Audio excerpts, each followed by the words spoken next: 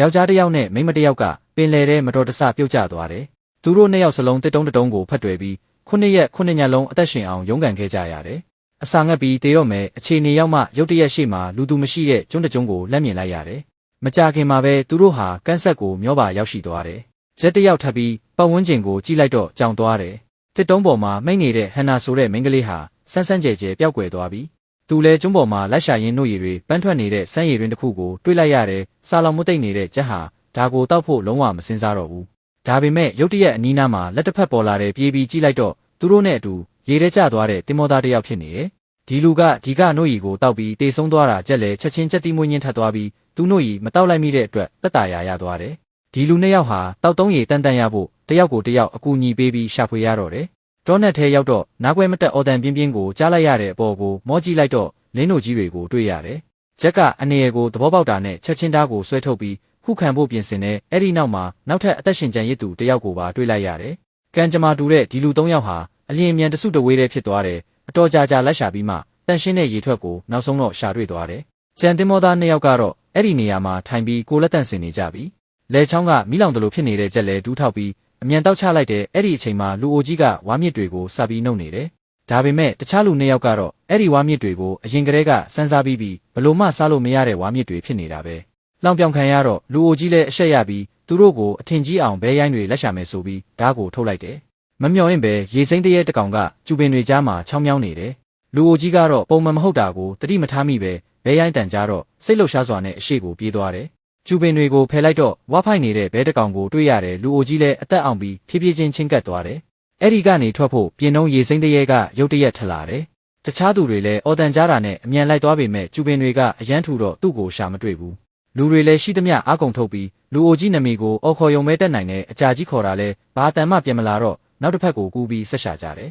။ရေစိမ့်တရဲကလူအိုကြီးကိုစားပစ်လိုက်တာကိုတွေ့လိုက်ရတယ်။အဲ့ဒီအချိန်မှာပဲမိုးကျိန်တန်နောက်တစ်ခုထွက်ပေါ်လာတဲ့အနေရရှိတာကိုတီးလိုက်တဲ့လူ၄ယောက်ဟာအမြန်ထွက်ပြေးကြတယ်။တောနက်ထဲရောက်တော့မိမတစ်ယောက်ရဲ့အတန်ကိုကြားလိုက်ရတယ်။ဂျက်ကဟန်နာအနီးနားမှာရှိနေတာတေချာတယ်လို့ခံစားရတယ်။အဲ့ဒီအတန်စီသွားဖို့ပြင်းနှုံးထောင်ချောက်တစ်ခုတည်းဝင်မိသွားတယ်။သူ့သူငယ်ချင်းကတော့စုချုံနဲ့အထိုးခံလိုက်ရတယ်ဂျက်ကလည်းထောင်ချောက်ထဲပြုတ်ကျပြီးမလွတ်နိုင်ဖြစ်နေတယ်။ပုပ်ပူးကဂျက်ကိုဆွဲတင်ဖို့စူးစားလုံးစမ်းပြဆိုတဲ့သူကလာပြီးပိတ်ဆို့တယ်။ကျိုးပအဆုံးပေါ်ကိုအားရပါးရနင်းထားတော့သူ့သူငယ်ချင်းကိုတက်လာခွင့်မပေးဘူး။ကြောက်တက်တဲ့ပုပ်ပူးဟာချင်းချောက်မှုကိုကြောက်ပြီးကယ်ဆယ်ဖို့ကိုဆွလွတ်လိုက်ရတယ်ဂျက်ကိုကယ်မပေးနိုင်ရုံမကစမ်းပြကတစ်သားတို့နဲ့ပါရမ်းလိုက်သေးတယ်။ပုပ်ပူးဟာတကယ်ကောင်းတဲ့သူငယ်ချင်းဖြစ်ကြောင်းတက်သေးပြရင်စမ်းပြကိုလဲချလိုက်ပြီးဂျက်ကိုဆက်ဆွဲတင်တယ်။အားတော်ကြီးထုတ်ပြီးမှဂျက်ဟာထောင်ချောက်ထဲကနေလွတ်မြောက်လာနိုင်ခဲ့တယ်။ဒေါသပြည့်နဲ့ဂျက်ကရှေ့ကိုပြေးသွားပြီးစမ်းပြကိုအပြင်းထန်ထိုးကြိတ်တဲ့ကံကောင်းလို့သာတတ်မပစ်လိုက်တာ။အဲ့ဒီနောက်သူတို့ဟာဟန်နာကိုဆက်ရှာကြရင်အနီးနားမှာရှုပ်ဝက်ဆန်းကျဲတဲ့မီရှူတိုင်တွေနဲ့ရှေးကြတဲ့လူမျိုးစုရဲ့စခန်းတစ်ခုကိုတွေ့လိုက်ရတယ်။ပုပ်ပူလည်းဒါကိုလူသားစားမျိုးနွယ်စုရဲ့အမှတ်အသားဖြစ်ကြောင်းချက်ချင်းသိလိုက်တယ်။သူတို့အဖမ်းခံရရင်အနေရကြရောက်နိုင်တယ်ဆိုတာကိုနားလည်သွားတယ်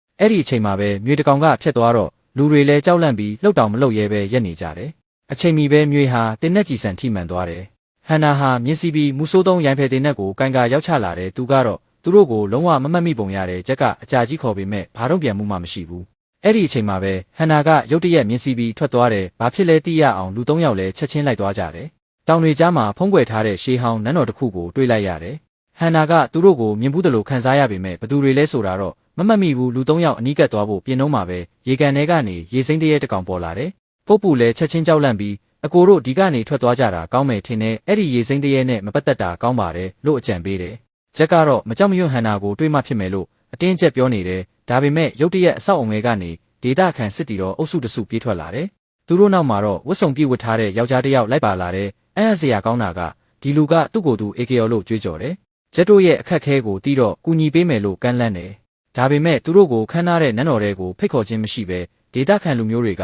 တခြားနေရာတစ်ခုကိုခေါ်သွားတယ်။ယောက်ျားတွေထွက်သွားတာကိုမြင်တော့ဟန်နာရဲ့ရင်ထဲမှာထိတ်လန့်သွားတယ်။ဒေတာခံတွေကသူတို့ကိုအစိတ်ရှိတဲ့ကင်းမီကောက်တွေပြည့်နေတဲ့မှောင်မေးရဲ့ကူတစ်ခုစီခေါ်သွားလို့ပဲ။စမ်းပြလဲတစ်သားတို့တစ်ချောင်းကောက်ကင်ပြီးကင်းမီကောက်တွေကိုရိုက်နှက်ဖို့စတင်ပါတော့တယ်။တခြားတစ်ဖက်မှာတော့လူသူမရှိရဲ့ဒီကျွန်းပေါ်မှာအလွန်ချောမောလှပတဲ့မိန်းကလေးတစ်ယောက်ဟာအစေခံဆယ်ကနန်းမကအလုတ်ကျွေးပြူတာကိုခံယူရင်းနေထိုင်နေတယ်။စစ်လိုက်တော့ဒေတာခံ AKO ကဟန်နာကိုသူ့ရဲ့မိဖူရလုပ်ဖို့ချုပ်ထားတာဖြစ်နေတယ်။ဒါပေမဲ့ဟန်နာကဒီလူကိုအပြင်းထန်မုန်းတီးနေပုံရတယ်မှတ်ဉဏ်ပြောင်းနေတာကြောင့်အရင်ကအကြောင်းအရာတွေကိုတော့လုံးဝမမှတ်မိဘူး။ညနေရောက်မှဂျက်ကိုခန်းထားတဲ့နန်းတော်ထဲကိုနောက်ဆုံးတော့ဖိတ်ခေါ်လိုက်တယ် ဒေတာခန်အေကယောကသူ့ကိုကြီးကျယ်ခမ်းနားတဲ့ညစာနဲ့တီခင်းရဲ့ခံပေမဲ့တခြားလူနှစ်ယောက်ကိုတော့ဒီလိုကွန်ပျူတာမျိုးမလုပ်ပေးဘူးဂျက်ကပထမတော့ဟန်နာဟာသူ့ကိုမမှတ်မိကြောင်းဟန်ဆောင်ရတာလို့ထင်နေခဲ့တယ်ဒါပေမဲ့နောက်ဆုံးတော့ဟန်နာဟာသူ့ကိုလုံးဝလစ်လျူရှုထားမှန်းသိလိုက်ရတယ်နှစ်ကိုက်သုံးကိုက်စားပြီးနောက်ထွက်သွားဖို့အကြောင်းပြချက်တစ်ခုခုပေးလိုက်တယ်အပြင်မှာရက်ထားတဲ့မြင်းဖြူကိုစီးပြီးတောအဲကိုဒုံဆိုင်ပြေးထွက်သွားတော့တယ်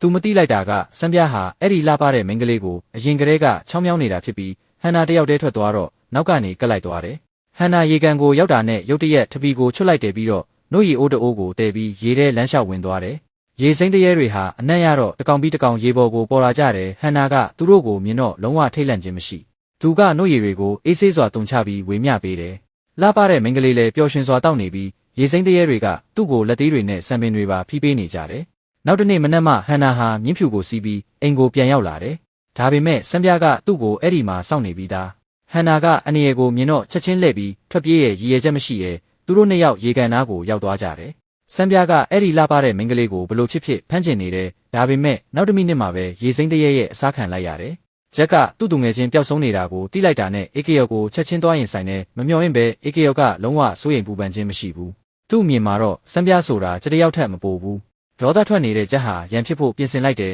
ဒါပေမဲ့ခနာကိုယ်တောင်တင်းတဲ့ဒေတာခန်လူနှစ်ယောက်ကသူ့ကိုဖိချုပ်လိုက်ပြီးသူနဲ့ပုပ်ပုနှစ်ယောက်လုံးကိုရေစိမ့်တရေတွေအစာကျွေးဖို့ရေကန်ထဲပစ်ချဖို့ပြင်ဆင်ကြတယ်ကြောက်လန့်တကြားဖြစ်နေတဲ့ပုပ်ပုဟာချက်ချင်းမြင်းပေါ်တက်ပြီးထွက်ပြေးရဲ့မတော်တဆနဲ့လူသားစားမျိုးနွယ်စုရဲ့နေမြေထဲကိုရောက်သွားတယ်ပုံမှန်မဟုတ်တာကိုတီးလိုက်တော့ပုပ်ပုလည်းပုံဖို့အတွက်ခြုံပုတ်တွေထဲခုံဝင်လိုက်တယ်ဒါပေမဲ့ချော်လဲပြီးရေကန်ထဲပြုတ်ကျသွားတယ်ကံကောင်းစွာနဲ့အောက်မှာတစ်သားလေးတစ်စင်းရှိနေတဲ့တေလူနီးပါးအတွေ့အကြုံကနေလွတ်မြောက်လာတဲ့ပုပ်ပုဟာချက်ချင်းလေပေါ်တက်လိုက်တယ်နောက်တစ်စက္ကန့်မှာပဲသူတတိမေ့သွားတယ်အေကေယောကသူဒီနေရာမှာပုံလိုက်မယ်လို့ကြိုတင်ခံမှန်းထားတာဖြစ်နေတယ်တစ်ချိန်ထဲမှာဂျက်ကတော့နေရာအနှံ့လက်ရှာနေတော့ပဲဟန်နာကရုတ်တရက်ပြေးလာပြီးသူ့ကိုတားဆီးကလူသူမရှိတဲ့ကျွန်းဟာထောင်ချောက်တွေကျိုးကွင်းတွေနဲ့ပြည့်နေပြီးအမားတစ်ခုကတေးစေနိုင်တယ်လို့တတိပေးတယ်ပြီးတော့ဟန်နာကခုခံတာကိုလက်လျှော့ဖို့သူ့ကိုအကြံပေးရဲ့ဂျက်ကိုဘာကြောင့်ကူညီချင်မှန်းမပြောနိုင်ပေမဲ့သူ့ကိုယဉ်နီးနေတယ်လို့ခံစားရတယ်တဲ့ဒါပေမဲ့တစ္ဆာရှိတဲ့ဂျက်ဟာသူ့ရဲ့ညီကောင်းကိုဘလို့ဖြစ်ကဲဖို့အတင်းကျပ်ပြောဆိုတယ်အဲ့ဒီနောက်ရေစိမ့်တရေရဲ့တိုက်ခိုက်ခြင်းကိုခံရတယ်တတဝါကအရန်အာကြီးပြီးတစ်ပင်ကြီးတစ်ပင်ကိုတောင်အလွယ်တကူနှစ်ချမ်းခွဲပြစ်နိုင်တဲ့ကြက်လေပင်ညစ်ခံရတော့မဲ့အချိန်မှာဟန်နာကထပ်ပြီးကဲတင်ဖို့ရောက်လာတယ်သူမကိုမြင်တာနဲ့ရေစိမ့်တရေကချက်ချင်းနာခံစွာနဲ့ရေထဲခုန်ဆင်းသွားတယ်ညီကိုမတွေ့တဲ့အတွက်ကြက်လေနန်းတော်ကိုပြန်လာရတယ်ဒါပေမဲ့အစေခံတယောက်ကမသိတဲ့အရေးတပန်းကန်ကိုသူ့ကိုအတင်းကျပ်တောက်ခိုင်းတယ်အဲ့ဒါကိုတောက်ပြီးနောက်သူအရာအလုံးကိုမေ့သွားတယ်စစ်လိုက်တော့သူဟာဟန်နာလိုပဲစိတ်ကိုပြောင်းလဲစေတဲ့ဆေးကိုတောက်မိတာဖြစ်နေတယ်သူနိုးလာတော့ကူတစ်ခုထဲမှာလဲလျောင်းနေတယ်သူစဉ်းစားလေပို့ပြီးစိတ်မချမ်းမသာဖြစ်လာလေဒါကြောင့်သူဟာအဖြေရှာဖို့အတွက်အင်ကြီးရဲ့ကိုတဖန်ပြန်ဝင်သွားတယ်ဒီတစ်ချိန်မှာတော့အေကေယောကသူ့ကိုမထားတော့ဘူးပြီးတော့ပြေးွားတဲ့လူကြီးလူကောင်းတယောက်လိုသူ့ကိုလက်ဖက်ရည်တောက်ဖို့အိမ်ထဲကိုယဉ်ကျေးစွာဖိတ်ခေါ်တယ်ဂျက်ကအခုစိတ်ရှုပ်ထွေးနေပြီဖြစ်လို့သူ့ကိုအဲ့ဒီမှာထားခဲ့ရင်ပြဿနာမဖြစ်နိုင်ဘူးလို့အေကေယောကယုံကြည်ထားတယ်အဲ့ဒီနောက်အေကေယောကဂျက်ကိုရေငုတ်တင်မောစီခေါ်သွားတယ်ရေအောက်ကိုငုတ်လိုက်တဲ့အခါဂျက်ဟာမယုံနိုင်စရာကောင်းလောက်အောင်တုန်လှုပ်စရာမြင်ကွင်းကိုတွေ့လိုက်ရတယ်ရေကန်အောက်ခြေမှာတန်ဖိုးမဖြတ်နိုင်တဲ့ရွှေတွေနဲ့ရှေးဟောင်းပစ္စည်းတွေပါတဲ့ကြီးမားတဲ့ရှေးဟောင်းမြို့တော်တစ်ခုရှိနေတယ်။အေကေယောကရေစိမ့်တရေတွေကိုတုံးပြီးအဲ့ဒီကနေဘန္နာပစ္စည်းတွေကိုအဆက်မပြတ်ဆယ်ယူနေတာဖြစ်တယ်။ဒါတင်မကသေးဘူးဒီရေစိမ့်တရေတွေဟာလူဖြစ်ကနေပြောင်းလဲခံထားရတဲ့လူသားတွေဖြစ်နေတယ်။အေကေယောရဲ့ရည်ရွယ်ချက်ကဒီလူသူမရှိတဲ့ကျွန်းပေါ်မှာသူ့ရဲ့ကိုယ်ပိုင်အင်ပါယာကိုတိစောက်ဖို့ဖြစ်ပြီးဂျက်ကလည်းသူ့ကိုကူညီဖို့နေထိုင်စေခြင်းနဲ့ဒါပေမဲ့ဂျက်ကဒီကိစ္စဟာရိုးရှင်းတယ်လို့မခံစားရဘူးအဲ့ဒီနောက်မှာသူဟာဟန်နာရဲ့အိတ်ခမ်းထဲကိုတိတ်တဆိတ်ခိုးဝင်သွားတယ်ဟန်နာရဲ့လမ်းပြမှုနဲ့သူတို့ဟာအေကေယောရဲ့တခွဲခန်းကိုရောက်လာကြတယ်သူတို့အတွင်းထဲမှာတဝက်တော်ရဲဆန်တဲ့တတဝါတကောင်လဲရောက်နေတာကိုတွေ့လိုက်ရတယ်ဒီကောင်ကိုရေထဲမှာမောင်းနေနိုင်တဲ့စနစ်တွေတက်ဆင်ထားတာတွေ့ရတယ်နောက်ထပ်ပြုစုပြောထောင်ပြီးရင်ရေကုန်းနှစ်တွေကျွမ်းကျင်တဲ့ဘီလူးတကောင်ဖြစ်လာမှာတဲ့ဒေါသအလျောက်ချက်ကရေစိမ့်တရေကိုဓာတ်နဲ့ထိုးပြီးတက်ပစ်လိုက်တဲ့အဲ့ဒီအချိန်မှာပဲရုတ်တရက်လူအိုကြီးတယောက်ပြေးဝင်လာတယ်သူကပဲဒီရေစိမ့်တရေအားလုံးကိုကိုယ်တိုင်ဒီဇိုင်းဆွဲဖန်တီးခဲ့တာဖြစ်နေတယ်သူတို့နှစ်ယောက်အကြီးကျယ်ညှင်းခုန်နေတုန်းအေကေယောကရုတ်တရက်ပြေးဝင်လာပြီးလူအိုကြီးကိုတင်းနဲ့ပစ်တက်လိုက်တယ်ဂျက်လည်းဒီလူရဲ့အေးဆက်တဲ့ရက်ဆက်မှုလူကိုအသုံးချပြီးတော့တက်ပစ်လိုက်တာကိုမြင်ပြီးကြောင်သွားတယ်ပြီးတော့ဂျက်ကလည်းအလားတူကံကြမ္မာကိုရင်ဆိုင်ရတော့မယ်အခြေအနေရောက်သွားတယ်ဒါပေမဲ့အရေးကြီးတဲ့အချိန်မှာအေကေယောကသူ့တေနက်ကိုအိမ်ထဲပြန်ထည့်လိုက်တယ်သူကပိုပြီးရုပ်မာတဲ့အစီအစဉ်တစ်ခုစဉ်းစားမိသွားပုံရတယ်နောက်ပိုင်းမှာဂျက်ကိုရေကန်ထဲမှာပိတ်လောင်ထားတယ်ဟန်နာကသူ့ကိုကယ်ဖို့စူးစမ်းပေမဲ့အစေခံမလေးတယောက်ရဲ့ဖမ်းဆီးခြင်းကိုခံရတယ်မြေခွေးမထက်တောင်ပိုပြီးစိုးသွမ်းတဲ့ဒီနန်းတော်အစေခံမလေးဟာဓားမြောင်ကိုစုပ်ကင်ပြီးဂျက်ကိုတက်ဖို့ပြင်ဆင်နေတယ်အရေးရတဲ့အချိန်ရောက်တော့အေကေယောကပြေးထွက်လာပြီးသူ့ကိုတားလိုက်တယ်ဒီနန်းတော်အစေခံမလေးဟာတေးရတော့မဲ့ အခြေအနေမှာတောင်အေကေယောရဲ့မျက်နှာသာကိုရဖို့စ조사နေုံပဲသူ့ရဲ့မိဖုရားဖြစ်ခွင့်ပေးဖို့နဲ့နိုင်ငံကိုစီမံခန့်ခွဲပေးမယ်လို့ကမ်းလှမ်းတယ်အေကေယောကစကားတခုမှမပြောရဲသူ့ရဲ့ပစ္စတိုတေနက်ကိုထုတ်ပြီးသူမကိုပစ်တက်လိုက်တယ်ပြီးတော့ဟန်နာကိုရှေးဟောင်းမြို့စီခေါ်သွားပြီးရွှေတွေကိုဆက်ပြီးဆယ်ယူဖို့ရေစိမ်းတရေတွေကိုချင်းချောက်တယ်မဟုတ်ရင်ဟန်နာကိုတက်ပစ်မယ်တဲ့ရေစိမ်းတရေတွေလည်းနာခံစွာနဲ့ပိယမစ်စီကိုတွားပြီးအသေးအတန်အလုပ်လုပ်ကြရတယ်သူတို့ဟာတန်ဖိုးမဖြတ်နိုင်တဲ့ရှေးဟောင်းအီဂျစ်ရွှေဖာယိုဘရင်ရုပ်ထုကိုအလျင်မြန်ဆယ်ယူလာနိုင်ခဲ့တယ်ဒီယတနာတစ်ခုတည်းနဲ့တောင်ထိတ်တန်းတန်းကြွယ်သူသေးဖြစ်စေနိုင်တယ်မမျော်လင့်ပဲမိတောင်ကရုတ်တရက်ပောက်ကွဲပါလေရောအနေရကိုမြင်တော့ရေစိမ်းတရေတွေဟာတကောင်ပြီးတကောင်ရေပေါ်လာကြတယ်တို့ပေမဲ့အေကေယောကသူတို့အားလုံးကိုပစ်တက်လိုက်တယ်တစ်ချိန်တည်းမှာဂျက်ကလည်းရေနစ်သေးဖို့1မိနစ်စာပဲလိုတော့တယ်အရေးပါတဲ့အချိန်မှာတေခါနီးဖြစ်နေတဲ့နန်းတော်အစေခံမလေးဟာတတိပြန်ဝင်လာပြီးကောင်းတဲ့အလုပ်တစ်ခုကိုလုပ်ဖို့ဆုံးဖြတ်လိုက်တယ်သူမရဲ့နောက်ဆုံးထွက်သက်ကိုတုံးပြီးရေလွှမ်းမိုးတဲ့တကားကိုဖွင့်ပေးလိုက်တယ်ဒီလိုနဲ့ဂျက်လည်းအသက်ချမ်းသာရာရပြီးအဆောက်အုံထဲကနေလွတ်မြောက်လာခဲ့တယ်လွတ်လာပြီးနောက်သူဟာအေကေယောကိုချက်ချင်းသွားရှင်းပစ်တယ်ကျမ်းပြင်ပေါ်လိမ့်ကြတဲ့အထိရိုက်နှက်ပစ်လိုက်တယ်အေကေယောကိုရှင်းပြီးနောက်ဟန်နာနဲ့အတူပြေးထွက်သွားတယ်ဒါပေမဲ့သူတို့မမျှော်လင့်ထားတာကတစီရဲသောလေကိုရေစိမ်းတရေကထိန်းချုပ်ထားပြီးသားဖြစ်နေတာပဲဂျက်လည်းကြိုးကိုတုံးပြီးဖြည်းဖြည်းချင်းကူးသွားရတယ်အရေးကြီးတဲ့အချိန်ရောက်တော့အေကေယောကလိုက်မိလာပြီးသူတို့ကိုတိုက်ခိုက်